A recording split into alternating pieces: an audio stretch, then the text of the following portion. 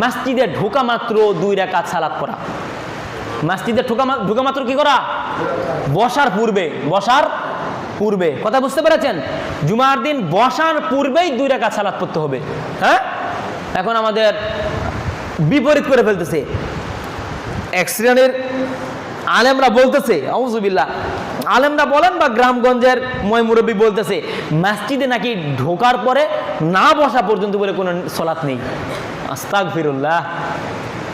অথচ বিশ্বনবী খুতবা দিচ্ছেন, এমত অবস্থায় এক সাহাবী ঢুকলেন, ঢুকে বসে গেলেন।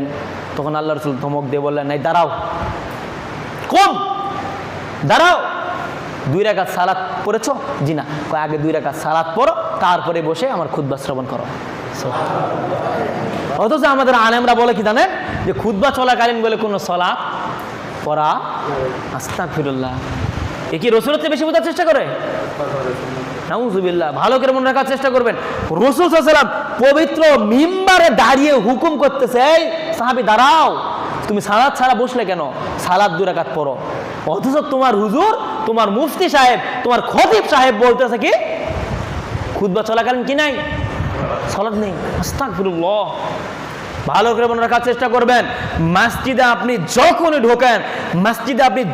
ঢোকেন, মসজিদে ঢোকা মাত্র আপনার গুরুত্বপূর্ণ একটা দায়িত্ব, গুরুত্বপূর্ণ একটা সুন্নাহ, এমনকি অনেক আলেমের মতে এটা ওয়াজিব, ঢোকা মাত্র 2 রাকাত মসজিদের দুখুলুল মসজিদ বা তাহিয়াতুল মসজিদের সুন্নাত পড়া। কথা কি বুঝতে পেরেছেন? যদি এটা আপনি ইচ্ছা করে যদি না পড়েন, তাহলে অনেক ইমামের মতে গুনাহ হবে, কারণ আপনি ইচ্ছা করে মসজিদের হক নষ্ট করলেন।